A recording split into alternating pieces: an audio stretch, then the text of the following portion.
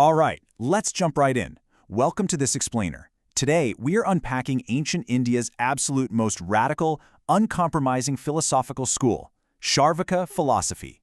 Now, whether you're actively prepping for your UGC NET exams or you just love exploring how complex ideas get totally torn down, you're going to find this material fascinating. We're going to break down everything from their basic definitions right up to their most advanced arguments. Let's get started. Here's a quick look at our agenda. We'll kick things off with an introduction, move right into epistemology, unpack their famous rejection of inference, explore their metaphysics, dive into ethics, and then wrap the whole thing up with a revision section and a quick quiz. Section 1. Introduction to Charvaka philosophy. Before we get into the heavy concepts, we really need to figure out who these people were and exactly what they were rebelling against. So just looking at their name actually tells us a lot about their historical reputation. The word Charvaka likely comes from the Sanskrit root charv, which literally means to chew.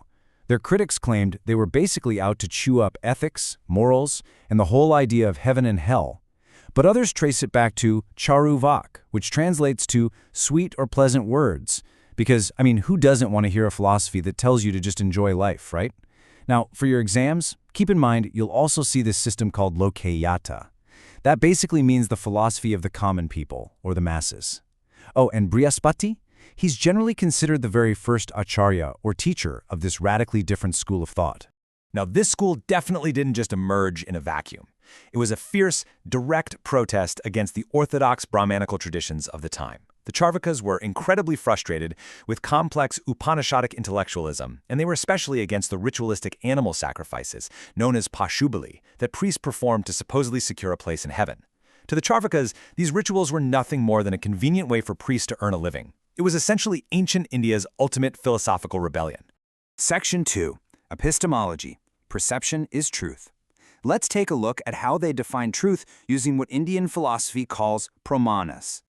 Okay, so the absolutely crucial point here is that for the Charvakas, there is only one valid pramana, just one, and that is pratyaksha, or direct perception, through our 5 physical senses. If you can see it, touch it, taste it, smell it, or hear it, then it's real. Everything else? Just imagination. They aggressively threw out anumana, which is logical inference, and shabda, which is verbal testimony, like relying on sacred texts such as the Vedas.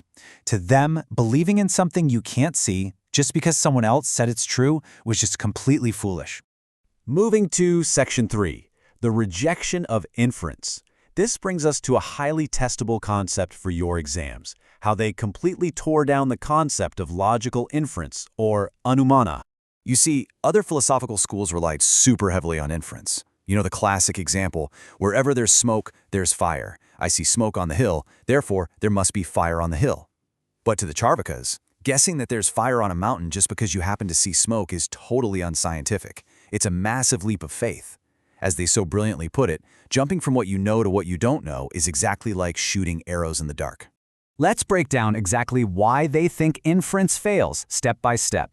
So, inference relies on this thing called vyapti. It's a universal, invariable rule, like the absolute relationship between smoke and fire. But the Charvakas step in and ask, wait, how can you possibly prove a universal rule? You are human, your perception is limited. You obviously haven't seen every single fire in the past, and you definitely aren't going to see every fire in the future. So since infinite observation is literally impossible, vyapti is completely unprovable. And if you can't prove vyapti, the entire logical structure of inference just collapses right along with it. Section 4. Metaphysics, Matter, and Consciousness. If they're strictly relying on perception, what do they actually think the universe was made of? Well, most Indian philosophies accept 5 great elements, or Mahabhutas. But the Charvakas? They only accepted 4, earth, water, fire, and air. And why? Think back to their golden rule. Because these are the only 4 elements we can directly perceive. They explicitly and deliberately left out akasha, or ether. Because space is totally invisible. You can't perceive it with your senses. You have to infer it. And remember their rule? If it must be inferred, it doesn't exist.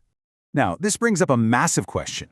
If everything is just dead physical matter, where in the world does human consciousness come from? Well, the Charvakas had this brilliant, deeply materialistic answer. They argued that consciousness is simply a chemical byproduct. It happens when physical elements mix together in a very specific ratio inside the body. And they use these incredible everyday analogies to explain it. They said, look at how fermenting yeast and juices creates the intoxicating power of wine. Or think about how chewing a green betel leaf with white lime and brown ketchup mysteriously creates a bright red color in your mouth. That redness wasn't there before, right? It emerged purely from the mixture. So they concluded that the body itself is the soul. When the body dies, consciousness just ends. There's absolutely no eternal Atman. Section 5. Ethics, the hedonistic lifestyle. So, if there's no eternal soul, no reincarnation, no afterlife, and no divine moral law, how are we supposed to live our lives right now? Well, they basically invented ancient India's version of YOLO. You only live once. There's a really famous Sanskrit phrase associated with them. Yava jivad sukham jivat, renam kritva gritam pibet, which translates to, as long as you live, live happily. Even if you have to incur debt, drink ghee. They believe that since the body just turns to ashes and never comes back, the only logical thing to do is maximize your earthly pleasure. To them, death itself is the only moksha, or liberation, you're ever going to get.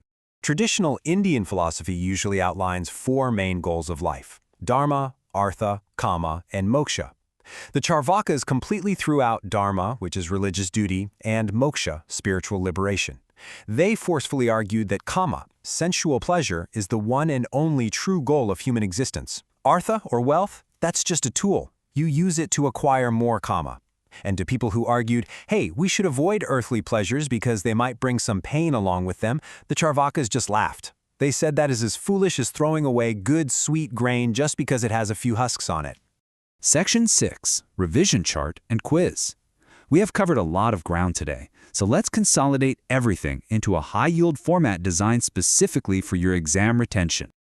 Let's summarize the 3 core pillars of their philosophy, right alongside the exact keywords you're going to see on your exams. For epistemology, your main keyword is prataksha. For metaphysics, remember the 4 bhutas, and remember that they exclude akasha. And for ethics, it's kama as the sole purushartha. Keep these concepts fresh in your mind when you're doing your final reviews. Time for a quick knowledge check.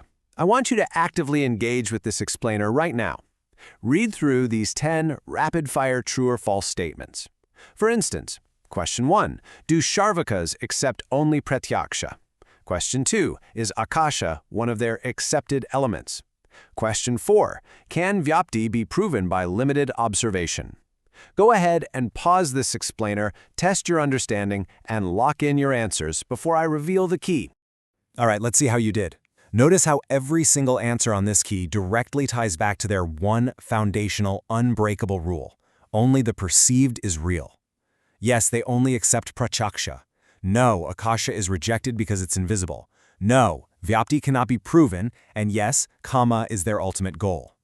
If you really understand that core premise of direct perception, literally every other piece of their philosophy logically falls into place. I want to leave you with this final, really provocative thought to ponder, one that scholars actually still debate to this day.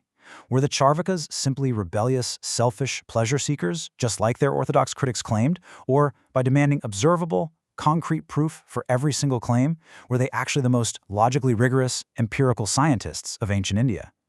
Thank you so much for joining me in this explainer. Keep questioning, keep learning, and best of luck with your exams.